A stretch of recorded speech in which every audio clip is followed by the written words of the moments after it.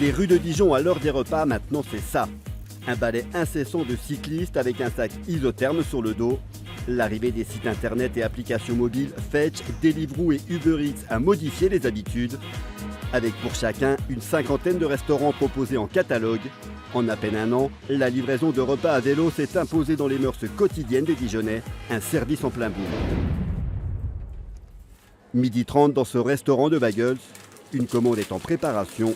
Le client n'est pas sur place mais chez lui, c'est un coursier qui vient récupérer la commande. Bonjour. En fait, je cherche une commande de 82,64, s'il vous plaît. Depuis l'apparition de ces nouveaux livreurs, le chiffre d'affaires a ici sensiblement augmenté. Nous, ça nous a fait à peu près entre 10 et 15% sur une année. Donc c'est pas négligeable. Pour certains restaurateurs, ça peut même être 25% de plus. Reste que le service a un coût. Pour rémunérer le coursier et dégager leur marge, les opérateurs qui mettent en relation restaurateurs et clients demandent 30% du prix de la commande. Pour nous, ça nous augmente 30% pour payer 30%. Ça veut dire que vous, ces 30%, vous les répercutez automatiquement sur le prix de vente. C'est ça. D'autres restaurateurs choisissent, eux, de diminuer leur marge et partagent le coût du service avec le client. À voir le nombre de livraisons réalisées à Dijon, le coût n'est pas un problème pour les consommateurs. Maud est devenue une adepte, elle se fait livrer une fois par semaine. Bonsoir. Bonsoir. Voilà, Merci bien. merci à vous. Bonne soirée à vous. Au revoir. Ça me permet de ne pas me déplacer, je l'avoue. C'est un peu la technique du feignant.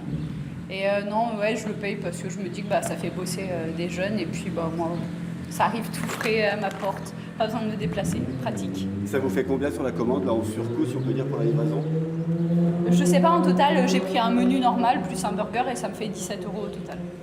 Soit environ 4 € de plus que si elle avait fait elle-même le kilomètre qui la sépare du restaurant.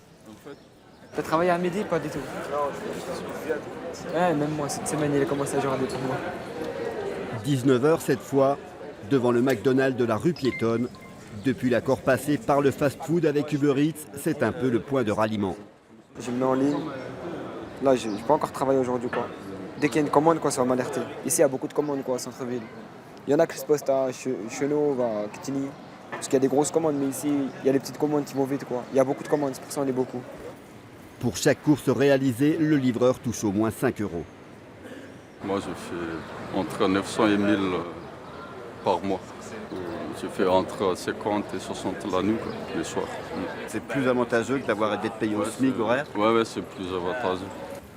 Des jeunes comme eux, il y en a entre 200 et 300 sur l'agglomération.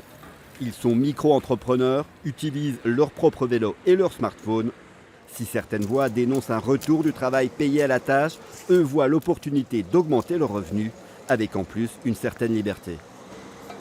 Demain, j'ai pas envie de travailler, je travaille pas. Demain, j'ai envie de travailler, je travaille.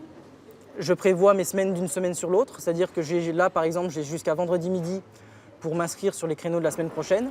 Et si j'ai pas envie de bosser la semaine prochaine, je m'inscris pas. En seulement quelques mois, ce nouveau service a révolutionné le secteur de la restauration. Et sa croissance est loin d'être à son terme. Avec la prochaine Coupe du Monde de football, le nombre de livraisons devrait atteindre des records.